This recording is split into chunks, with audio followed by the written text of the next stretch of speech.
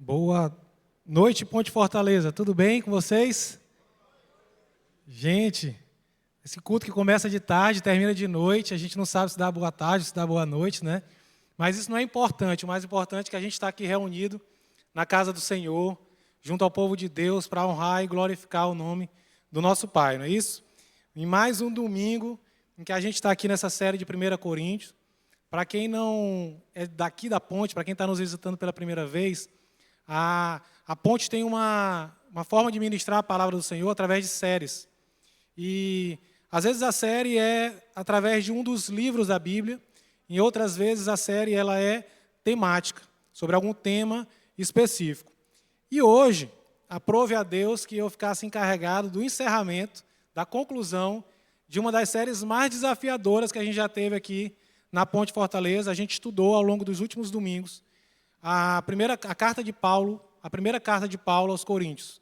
Então a gente veio estudando nos últimos 6 domingos, hoje é o 7º domingo, a carta de Paulo aos Coríntios. Essa carta que em muito nos exorta. Na verdade, era uma carta que exortava a igreja de Corinto a respeito de alguns assuntos que aquela igreja tinha se desviado.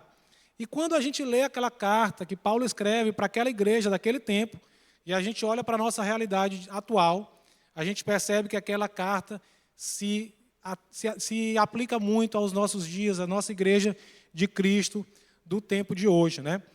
Então eu queria parabenizar os irmãos que conseguiram ficar conosco até o final dessa série, que a gente pegou muita bordoada aí dos pregadores anteriores, né? Então a gente mostra que a gente está maduro no Evangelho, maduro na fé, porque a gente perseverou até o final. E estamos aqui para ouvir a última mensagem dessa série, né? Que vai ser uma mensagem, queridos, que eu pensava que seria a hora de assoprar. Eu pensava que os pastores anteriores já haviam batido o suficiente, já haviam mordido demais, e agora seria a hora de assoprar. Quando eu li o versículo que fala sobre ressurreição. A ressurreição, para nós cristãos do tempo de hoje, é muito tranquilo a gente admitir que Jesus morreu, que Jesus ressuscitou. Nós que cremos em Jesus temos a tendência aí de acreditar na morte e na ressurreição de Cristo, diferentemente dos coríntios daquele tempo, né? Dos coríntios daquele tempo, como a gente vai já ver. Então, quando eu vi a mensagem sobre ressurreição, que era uma mensagem de vida, de vitória sobre a morte, uma mensagem de esperança, uma mensagem que tende a nos acalmar, nos dar motivação, eu pensava que seria mais um dia aí para a gente sair daqui renovado e afagado, tá? Mas, quando eu fui estudar a fundo o tema, eu percebi que, apesar de já ter tido muita exortação ao longo da carta, hoje também era uma mensagem que continha um conteúdo que exortava aquela igreja, e eu pratiquei um exercício de buscar a aplicação prática dessa palavra para os nossos dias, para a igreja, a Ponte Fortaleza, para a igreja de Cristo dos dias de hoje. Para recapitular e para passar aqui para quem não esteve conosco nos últimos dias, nos últimos domingos, Paulo começou essa carta aos Coríntios falando sobre alguns temas palpitantes, alguns temas relevantes. Ele falou sobre a divisão dentro da igreja, em que alguns irmãos seguiam os líderes, outros seguiam outros líderes, mas Paulo diz que o único líder é Jesus, que todos os outros são servos e que a igreja deveria ter unidade. Então, Paulo fala dos litígios que havia dentro da comunidade de fé, as brigas que eram comumente levadas aos tribunais seculares. Paulo adverte sobre isso. Paulo confronta a sabedoria humana em favor da sabedoria de Deus. Ele fala que a sabedoria de Deus, que Deus é quem dá a sabedoria aos homens, naquela comunidade, naquela sociedade em que os filósofos se achavam sábios, né? Então, Paulo exorta quanto a isso. Paulo fala sobre casamento, divórcio, e estabelece regras práticas sobre o assunto. Ele fala sobre a liberdade cristã e fala também sobre a idolatria, um tema realmente relevante no tempo daquela época. Ele fala sobre questões relacionadas ao culto e à adoração, à Santa Ceia. Naquele tempo, a Santa Ceia era um ato em que as pessoas eram junta-pratos. Então, os ricos costumavam levar mais comidas e os pobres menos comidas. E o que estava acontecendo na prática é que os ricos comiam mais e se embebedavam, e os pobres saíam de lá com fome. Então, Paulo exorta sobre isso, dizendo que o propósito da ceia, da Santa Ceia, era uma comunhão entre os irmãos. Então, Paulo exorta também sobre esse tema. E depois ele fala, como foi no último domingo, sobre os dons espirituais, um tema de muita discussão no meio dos coríntios. Tá? E aí eu percebi que eu estava enganado, por quê? Porque eu percebi que a exortação que a gente vai ler agora diz respeito a um tema mais relevante, um tema, na verdade, central do Evangelho. Então, se a gente teve exortações de Paulo a respeito de temas secundários, a exortação no texto que a gente vai ler agora era muito maior, porque dizia respeito a um tema central da mensagem de Cristo, ao tema central do Evangelho. Então, para que a gente possa começar, eu queria convidá-los a abrirem suas Bíblias em 1 Coríntios, né, capítulo 15, versículo de número 3. Nós vamos começar no versículo de número 3 e vamos até o versículo 8. 1 Coríntios 15, 3 a 8. Todos localizaram? Glória a Deus. Diz assim a palavra do Senhor: eu lhes transmiti o que era mais importante e o que também me foi transmitido. Cristo morreu por nossos pecados, como dizem as Escrituras. Ele foi sepultado e ressuscitou no terceiro dia, como dizem as Escrituras. Apareceu a Pedro, mais tarde aos 12. Depois disso, apareceu a mais de 500 irmãos de uma só vez, a maioria dos quais ainda está viva, embora alguns já tenham adormecido. Mais tarde apareceu a Tiago e posteriormente a todos os apóstolos. E por último, apareceu também a mim, como se eu tivesse nascido fora de tempo. Glória a Deus. Senhor Deus e Pai, nós te agradecemos pela tua santa palavra, Senhor. Essa palavra que é viva e eficaz. Essa palavra que é tão antiga quanto atual, que se aplica à igreja de Coríntios, dos Coríntios, e se aplica à Ponte Fortaleza. Se aplica à igreja, Senhor, dos primeiros dias, e se aplica também à igreja dos dias atuais. Senhor, muito obrigado pelo teu ensino deixado através dessas Escrituras. Nós te pedimos que tu venha me usar, Senhor, como instrumento da tua vontade, para transmitir a tua palavra, Senhor, que não seja eu, mas que seja o teu Espírito Santo a falar a essa comunidade. Senhor, fala primeiro ao meu coração e depois também ao coração de cada um dos irmãos que estão aqui nesta tarde, nesta noite. É o que nós te pedimos em nome de Jesus. Amém. Queridos, essa carta de Paulo, ela foi escrita depois de um longo trabalho de plantação da igreja de Coríntios. Ele passou 18 meses, 1 ano e meio, trabalhando lá em Corinto para plantar aquela igreja na sua segunda viagem missionária. E quando ele saiu de lá, ele já estava na sua terceira viagem missionária, ele estava em Éfeso, plantando a igreja de lá, quando ele recebe notícias de que aquele trabalho que ele havia feito, parte dele estava sendo desconstruído. Parte dos irmãos daquela igreja, daquela comunidade que Paulo plantou lá em Corinto, alguns irmãos estavam se desvirtuando, estavam se desviando. E como a gente viu agora há pouco, alguns assuntos foram objeto da carta de Paulo, sobre desvio dos irmãos da igreja, mas agora ele entra num tema muito importante. Agora, nessa passagem lida, ele entra no tema central do Evangelho, e ele escreve essa carta com muito amor. Quando ele se despede dos irmãos na carta, ele manda um beijo santo aos irmãos. Então, apesar de ele saber que os irmãos estavam se desviando, ele tinha muito amor por aquela comunidade, porque ele sabia que aquela comunidade estava nada mais, nada menos do que refletindo as realidades, as práticas da sociedade daquele tempo da Grécia. Estava, na verdade, sofrendo as influências da própria sociedade. E alguma das influências a gente pode perceber porque Corinto era uma cidade portuária, muito próspera, era um centro, um polo comercial que atraía pessoas de várias localidades. Então, existia ali uma diversidade cultural e religiosa muito grande. Então, Paulo sabia que ali também, no meio daquela comunidade, existia a influência da filosofia grega. Os gregos, os filósofos gregos, eles entendiam que o corpo era uma matéria que só servia para aprisionar o espírito. Eles não valorizavam o corpo. Eles praticavam o hedonismo, uma prática que diz que nós devemos buscar o prazer pelo prazer, que o importante é ser feliz e sentir prazer e se afastar da dor. Então, eles usavam o corpo como uma ferramenta de prazer, através dessa prática do hedonismo.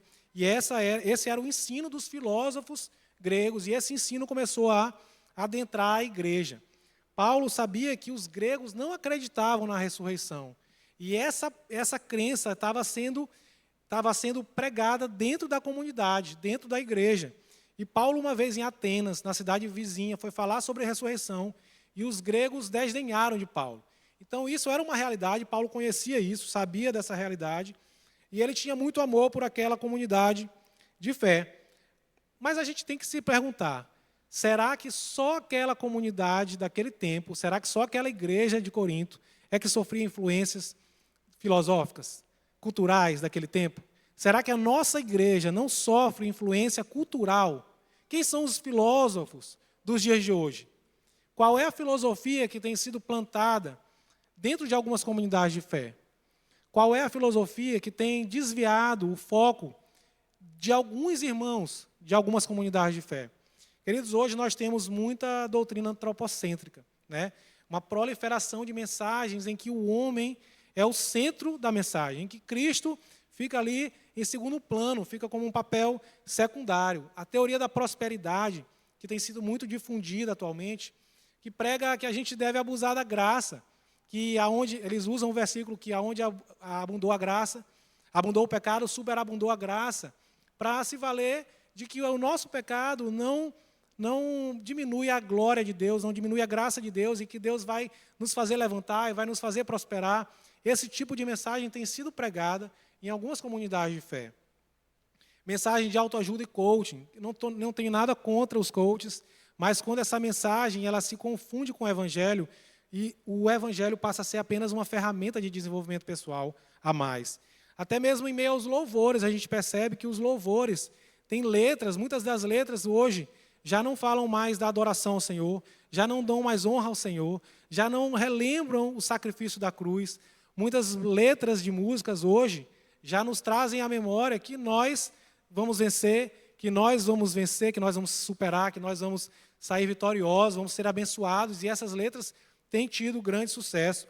A moralidade bíblica, irmãos, tem sido substituída por uma ética situacional, que depende do contexto da sociedade que eu estou inserido. O consumismo tem sido aplicado até mesmo ao evangelho. Quando a mensagem do evangelho não é algo que me atrai, não é um conteúdo que eu estou interessado em consumir, eu me afasto e simplesmente busco outra comunidade para receber a mensagem de Deus. Então, instituições descartáveis, que a primeiro momento que me desagrada, eu procuro uma outra comunidade de fé. Mas isso era uma realidade que Paulo já tinha previsto. Paulo já tinha previsto isso em Timóteo. 2 Timóteo, capítulo 4, versículo 3, Paulo diz: virá o tempo em que as pessoas já não escutarão o ensino verdadeiro, seguirão os próprios desejos e buscarão mestres que lhes digam apenas aquilo que agrada aos seus ouvidos. Rejeitarão a verdade e correrão atrás de mitos. Hoje nós temos visto um fenômeno em que muitas igrejas estão representando verdadeiros impérios terrenos, mas não manifestam a glória do reino de Deus. Igrejas que estão abarrotadas de pessoas para ouvir uma mensagem de autoajuda, de que vai vencer, mas se desviam, em alguns momentos, da mensagem original da Bíblia. E era o que estava acontecendo em Coríntios. E Paulo sabia que a consequência do desvio da mensagem, do desvio do evangelho, era o afastamento do propósito de Deus. Paulo sabia disso, e ele percebeu que a igreja de Coríntios, se continuasse se desviando daquela mensagem, do tema central do evangelho, da morte e ressurreição de Cristo, aquela igreja não seria apta a cumprir o seu propósito na terra. Ela não conseguiria, irmãos, ser sal da terra, ser luz no mundo, não conseguiria ser luz na escuridão. E Paulo então escreve com muito amor aquela comunidade de fé. Um exemplo de um homem que caminhava com Jesus, que caminhava intimamente, que era um dos mais próximos de Jesus, Pedro. Pedro, ele ansiava pela vida eterna. Em determinado momento, ele foi questionado por Jesus se ele iria abandonar, se iria deixar de seguir Jesus. Porque existia um movimento de pessoas deixando de seguir Jesus. E quando Pedro foi questionado por Jesus se deixaria de segui-lo, ele falou uma das frases mais bonitas do Novo Testamento. Ele disse: aonde iremos nós, se só tu tens as palavras de vida eterna? Ele ansiava pela vida eterna. Mas em um outro momento, quando Jesus anuncia que iria se entregar na cruz, Pedro tentou defender Jesus. Pedro tentou poupar Jesus da cruz, porque ele não entendeu o propósito da cruz. Pedro entendeu que a cruz era uma punição, era um castigo, e não entendeu que a vida eterna passava por aquela cruz de Jesus. Então, quando Pedro se desviou do propósito, tempos depois, minutos depois, ele negou Jesus 3 vezes. Ele negou Jesus porque ele não entendeu o propósito. E quando a gente se desvia do Evangelho e a gente se desvia do propósito dele para a nossa vida, a gente nega Jesus. Queridos, isso aí acontece hoje em dia. Isso acontece na minha vida, isso acontece na vida, acredito que de quase todo mundo que está aqui, ou de todo mundo que está aqui. Nós temos a tendência de nos desviarmos do propósito original. Quer ver um exemplo? Se eu perguntar para vocês qual é o primeiro assunto que vem à cabeça quando eu falo de Páscoa. Alguém lembra de chocolate, ovo de Páscoa, em primeiro lugar? Quando eu falo de Natal, alguém lembra da ceia, do peru? Alguém lembra do amigo invisível? Nós estamos desviando do propósito original. E eu quero compartilhar um testemunho pessoal meu. Em 2020, no ano da pandemia, foi um ano que eu jejuei muito. Eu jejuava pelo menos 3 vezes por semana. E eu comecei a fazer aquilo como um ato de intimidade com o Senhor, com um propósito original do jejum. Mas eu comecei a estudar sobre o jejum, eu comecei a ler e a ouvir vídeos, e eu percebi que o jejum tinha benefícios para a nossa saúde. E eu comecei, então, em muitas vezes, jejuar para fazer bem para a minha saúde. Eu desviei do propósito original. E o Espírito Santo ministrou ao meu coração: Tiago, tu desviou do propósito original. Tu jejua e não ora. Tu jejua e não tira um momento comigo. E naquele tempo eu fui ministrado em meio ao jejum. Queridos, meu jejum saiu do propósito original. Porque eu desvirtuei, o meu coração desviou do motivo pelo qual eu deveria jejuar inicialmente. E tempos depois eu voltei para o motivo original, mas eu passei a jejuar com performance, como motivo de mostrar que eu conseguiria me superar. No começo, meu metabolismo é muito rápido, eu sinto fome de tempo em tempo, e eu achava muito desafiador jejuar. Então, para passar uma manhã sem tomar café e pular a refeição do café e chegar até o almoço, para mim no início era um sacrifício. Mas depois eu fui me acostumando. E aí eu quis jejuar até o jantar. Passei de 12 horas para 18, de 18 passei para 24, e teve um dia que eu jejuei 36 horas. E eu comecei a me ensoberbecer, porque eu conseguia jejuar mais tempo. E de novo o Espírito Santo ministrou ao meu coração de que eu estava desviando do propósito original do jejum. Irmãos, nós temos uma tendência séria de nos desviarmos do propósito original. Certa vez eu estava servindo aqui na Pontezinha e eu comecei a me desmotivar pelo serviço. Porque eu achei que o trabalho estava muito tumultuado. Achava que as crianças pequenas demais não paravam para ouvir, não conseguiam assimilar nada daquilo que eu estava transmitindo. E aquilo me desmotivou. Então eu compartilhei com uma irmã que serve comigo, e ela falou: Tiago, não desanima, porque algo é plantado, uma semente é plantada no coração dessas crianças. E tempos depois também eu cheguei em casa, minha filha estava na mesa, no momento de culto doméstico, e ela começou a falar versículos bíblicos que ela tinha memorizado na Pontezinha. Versículos bíblicos que eu nem sabia, mas ela estava memorizando, e ela começou a falar como se estivesse lendo a Bíblia. Queridos, o nosso propósito no serviço de Deus, a palavra de Deus não volta vazia. E nosso propósito, ele é cumprido quando a gente se propõe a fazer o serviço para o reino de Deus. Então, para finalizar esse momento de testemunho, recentemente, há poucas semanas, 2 semanas, meu filho, que joga futebol e participa de campeonato, ele tem 10 anos, e ele chegou para mim: papai, quando meu time vai jogar, os meus colegas fazem um círculo e vão orar. Só que é uma oração tão feia, papai, eles praticamente cantam o Pai Nosso e a Ave Maria, e eu fico fazendo minha oração baixinho ali, sozinho. Eu estou errado. Eu falei: filho, você não está errado. Você está fazendo a oração conforme Deus colocou no teu coração. Mas, muitas vezes, a oração que o time de futebol faz não tem o propósito original de entregar para Deus aquele jogo, a proteção e aquele jogo, enfim. E eu falei para ele que ele estava certo. porque ele está fiel ao propósito original, mas nós temos a tendência de desviarmos do propósito original. E por isso Paulo faz um chamado. Paulo chama aquela igreja ao evangelho originalmente pregado, ao evangelho que ele pregou. E no versículo 1, ele diz assim, quero lembrá-los das boas novas que eu lhes anunciei anteriormente. Vocês as receberam. E vocês vão ser salvos. Essas boas novas salvam vocês se continuarem a crer na mensagem que eu lhes anunciei. Ou seja, ele chama de volta para a mensagem original, que é a mensagem de salvação. É isso que Paulo está fazendo nessa carta. No versículo 3 e 4, ele estabelece os fundamentos dessa mensagem original. Ele fala, olha, os fundamentos dessa mensagem são 3. Primeiro, Jesus morreu na cruz. Morreu pelo meu pecado e pelo seu pecado. Segundo, Jesus ressuscitou. Aliás, Jesus foi sepultado. Ele foi sepultado. E terceiro, ele ressuscitou. Então, Paulo estabelece aqui os fundamentos do Evangelho. Esses 3 pilares aí. E ele inicia apresentando esse fato como um fato histórico. Os coríntios acreditavam no fato de que Jesus havia morrido, mas não tinham entendido o propósito ali da ressurreição.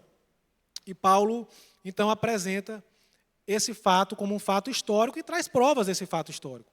E as provas estão ali, as provas que Paulo invoca são as próprias Escrituras.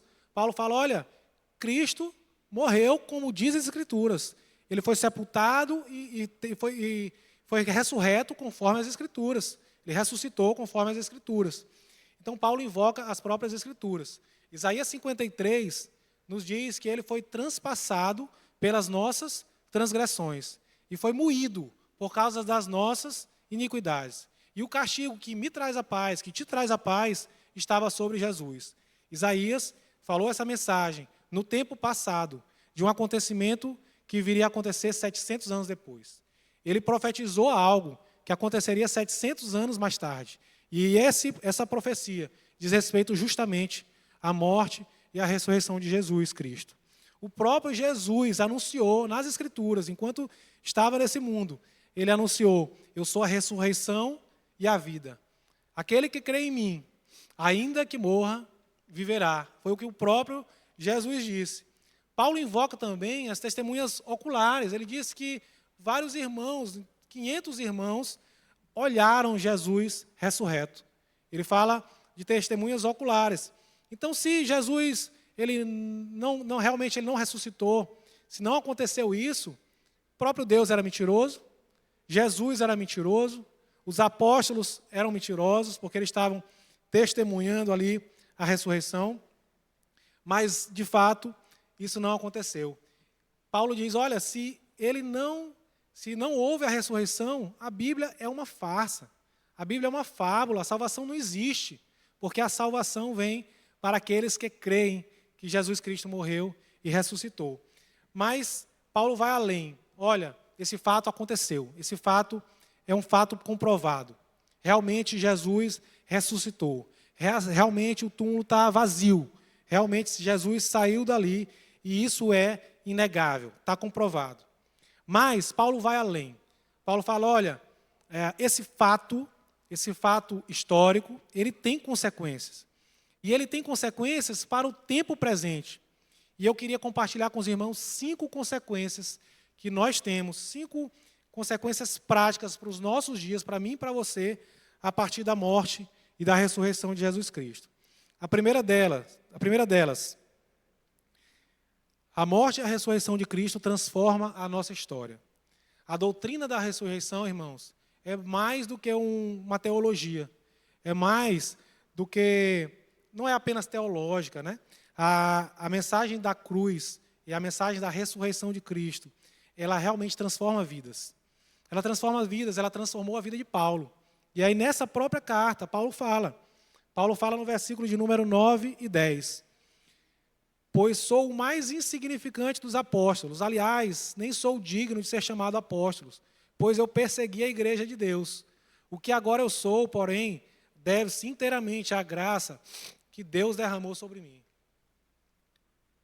E que não foi útil. Ele diz que não foi útil. Ele diz que trabalhou com mais dedicação do que qualquer outro apóstolo, e, no entanto, não fui eu, mas Deus que, em sua graça, operou por meu intermédio. Queridos, a mensagem da cruz, ela transforma vidas. Ela transformou Paulo, do principal perseguidor da mensagem de Cristo, no maior expoente do Evangelho. Ela transformou Paulo em alguém que concordou com a morte de milhares de cristãos, em um homem que plantou muitas igrejas. Ela transformou a vida de Paulo, e Paulo reconhece que essa transformação não é pelo mérito dele, é pela graça de Deus. Ela transformou a vida dos próprios apóstolos. Quando Jesus morreu, os apóstolos voltaram para suas atividades originais. Quando Jesus morreu, diz a Bíblia que alguns deles estavam pescando, que era a profissão de origem de muitos apóstolos. E quando Jesus estava lá e encontra os apóstolos pescando, ele faz um novo chamado. Vem que eu quero que vocês cuidem das minhas ovelhas. Chamou Pedro 3 vezes para cuidar das ovelhas em João 21. Em Romanos 12, Paulo diz, olha, não imitem o comportamento e o costume desse mundo, mas deixe com que Deus transforme a tua forma de pensar, para que você experimente a boa, perfeita e agradável vontade de Deus. Então, Deus transforma a nossa forma de pensar, Deus transforma a nossa vida, Deus transforma as nossas realidades ao nosso redor. Essa mensagem, então, ela é transformadora. Eu não sei como você chegou aqui, irmãos. Eu não sei como é que está a tua vida, mas eu sei que essa mensagem é apta. Ela tem capacidade de transformar a tua vida, a tua história, a tua realidade. O segundo efeito prático, uma vida nova em santidade. Paulo diz no versículo 17, que a gente não leu, mas eu queria que se os irmãos pudessem acompanharem. Paulo diz o seguinte, se Cristo não ressuscitou, a fé que vocês têm é inútil. Vocês ainda estão em seus pecados. Se não há ressurreição, vocês estão em pecado. Ele diz no versículo de número 32, no versículo 19, ele diz que se a nossa esperança em Cristo vale apenas para esta vida, nós somos os mais dignos de pena em todo o mundo. Porque se Jesus Cristo não ressuscitou, não há esperança de vida eterna. Se não há esperança de vida eterna, a gente espera só nesse mundo. E se nós esperamos apenas nesse mundo, nós somos os mais dignos de misericórdia. É o que Paulo está dizendo no versículo de número 19. E mais, ele vai além no versículo de número 32. Olha, se ele não ressuscitou, voltemos ao hedonismo. Comamos e bebamos. Vamos buscar o prazer do nosso próprio corpo. Nós não vamos prestar contas. Não haverá o dia do juízo. Não há esperança de vida eterna. Então, voltemos ao hedonismo. Mas Paulo adverte, no versículo de número 33 e 34, ele diz o seguinte, olha, não se deixem enganar pelos que dizem essas coisas, pois as más companhias corrompem o bom caráter. Pensem bem sobre o que é certo e parem de pecar, pois para a sua vergonha eu lhe digo que alguns de vocês não têm o menor conhecimento de Deus. É o que Paulo está dizendo aqui, que alguns deles não têm o menor conhecimento de Deus porque estavam se atraindo por aquela mensagem dos filósofos gregos. Em Romanos 6, Paulo diz que, assim como ele foi ressuscitado dos mortos, pelo poder glorioso de Deus, agora nós também podemos viver uma nova vida. Paulo está dizendo que nós somos chamados a uma nova vida, a partir da nova vida de Cristo, a partir da ressurreição de Cristo, nós somos chamados a viver uma nova vida. E Paulo diz que para ele viver é Cristo e morrer é lucro. E tudo aquilo que antes atraía Paulo e era interessante aos olhos de Paulo, para ele agora virou lixo, virou esterco. E ele se interessa pelas coisas de Deus. E essa é a nova vida que um cristão deve ter, se interessar pelas coisas de Deus. Talvez você pense que sua vida está destruída, irmão. Talvez você pense que você chegou aqui com muitos pecados, que você não é nem digno de estar na presença de Deus. Mas Deus quer nos encontrar da forma como estamos e transformar nossas vidas. E nos dar uma vida nova, nos dar uma vida em santidade. É isso que Deus quer fazer comigo e com cada um de vocês. Terceira aplicação prática para os dias de hoje. Compromisso com a nossa vida espiritual. Aqui eu estou falando das disciplinas espirituais. A expectativa de eternidade, irmão, nos faz dimensionar melhor as nossas prioridades. A expectativa de uma vida com Deus por toda a eternidade nos faz valorizar aquilo que realmente tem valor nesse mundo. Deus mandou o seu Filho único para morrer por nós. Jesus, que morreu pelo meu pecado, pelo seu pecado, Ele quer ter um relacionamento comigo e contigo. Ele quer nos chamar de amigos. Ele não quer nos chamar de servo, Ele quer nos chamar de amigos. E às vezes eu fico pensando, tem pessoas que têm às vezes 2 cursos superiores, às vezes tem 3 pós-graduações, mas não tem tempo para ler 4 evangelhos, irmãos. Às vezes as pessoas se tornam especialistas em um assunto que duram décadas, mas não têm conhecimento básico da mensagem do reino de Deus, que nos dá acesso a uma vida eterna.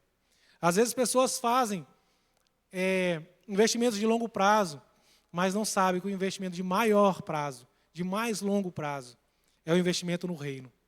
Queridos, deve ser muito frustrante chegar no céu, PhD, na área de atuação profissional que a gente tem nesse mundo, e não conhecer a base do reino de Deus.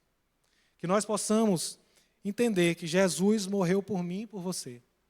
E esse sacrifício, o maior ato de amor da história da humanidade, ele requer de nós alguma parte. Ele requer que a gente o busque em espírito e em verdade. E ele pede, buscar-me-eis e me acharei, se me buscares de todo o coração. Clama a mim e responder-te-ei. Ele quer que a gente busque, irmãos. Ele quer que a gente clame. Ele quer ter um momento conosco. Ele quer ter um momento de intimidade. Ele quer que a gente o busque para um relacionamento como amigos.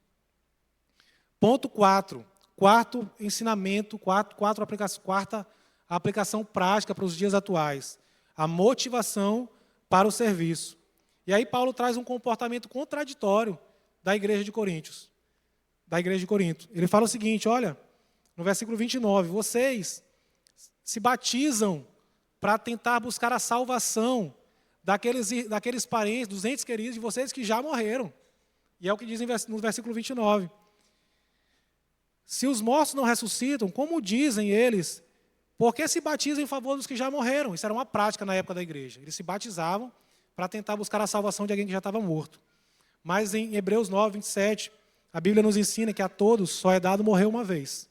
Depois disso, vem o juízo. E essa premissa está lá no versículo de número 23. Depois, todos que são de Cristo ressuscitarão quando Ele voltar. Depois, todos que são de Cristo, depois que Cristo ressuscitou, todos que também são de Cristo, também vão ressuscitar. E o tempo que a gente tem para pregar a mensagem é enquanto a gente está nesta vida.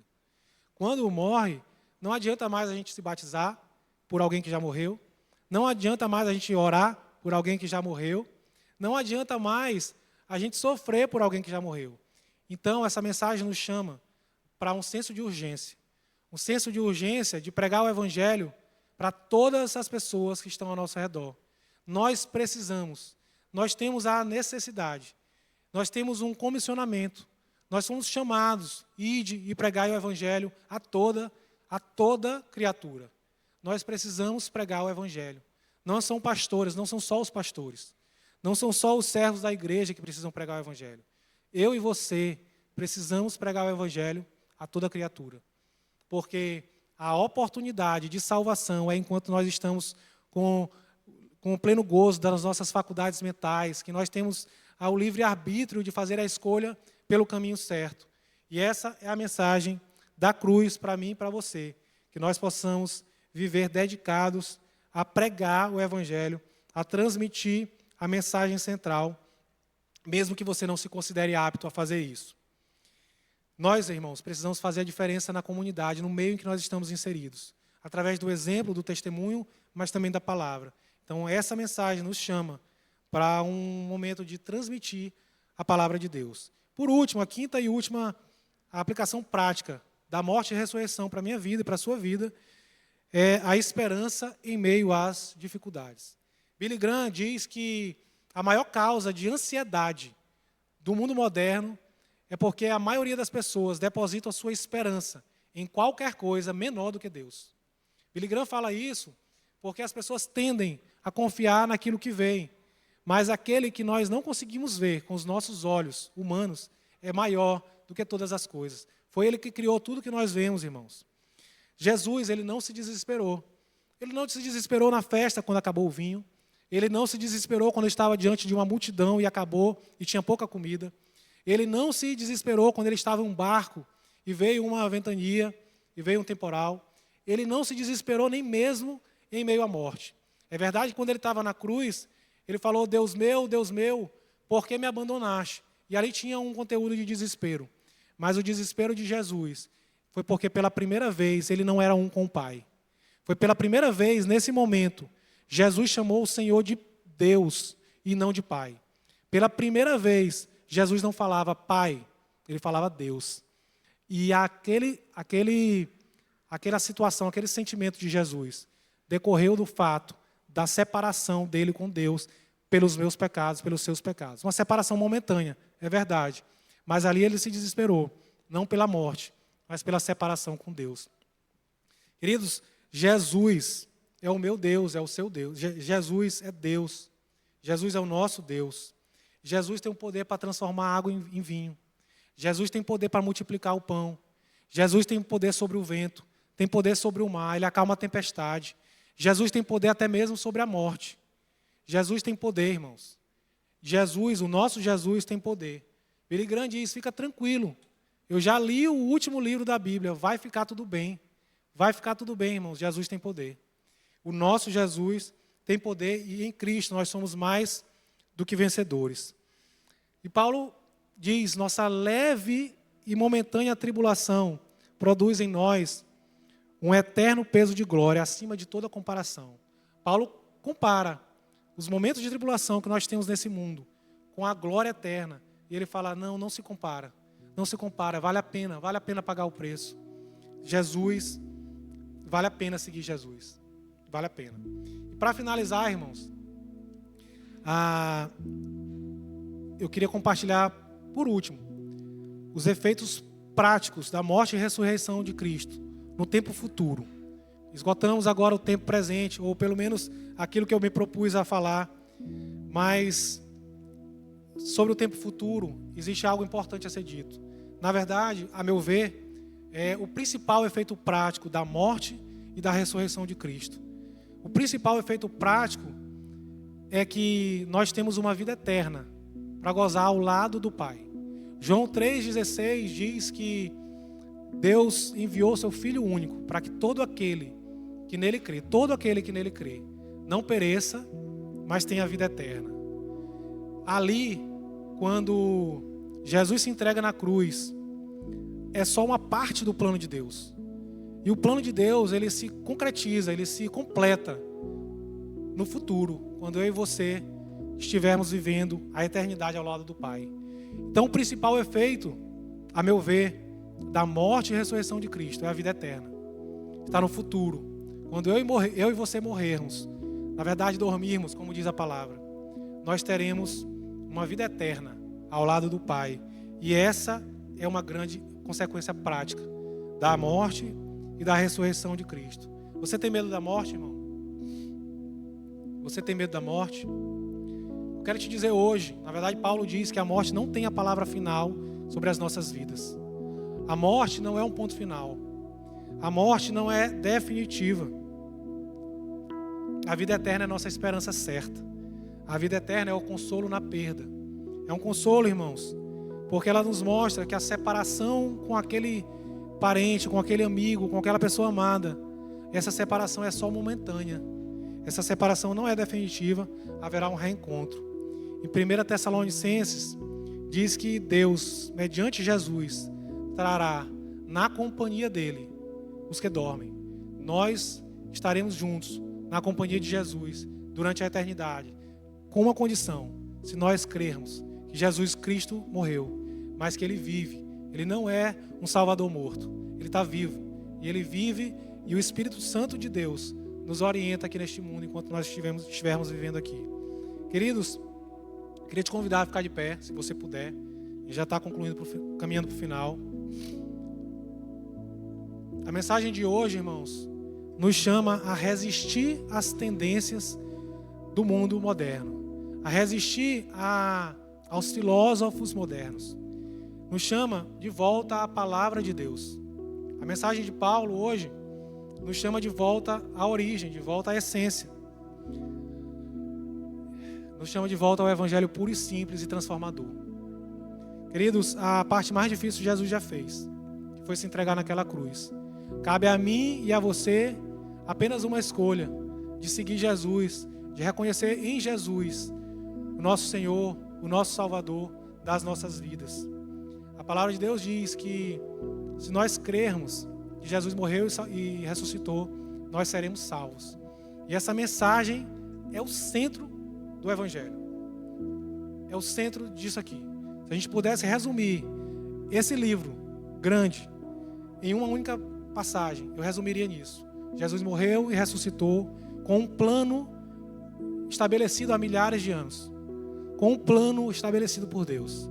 E o plano é que Ele viva eternamente ao nosso lado. Ele quer viver do nosso lado por toda a eternidade. Mas para isso você precisa fazer uma escolha, irmãos. Você precisa crer racionalmente que Jesus morreu e ressuscitou. Você precisa crer nisso. E se você ainda não...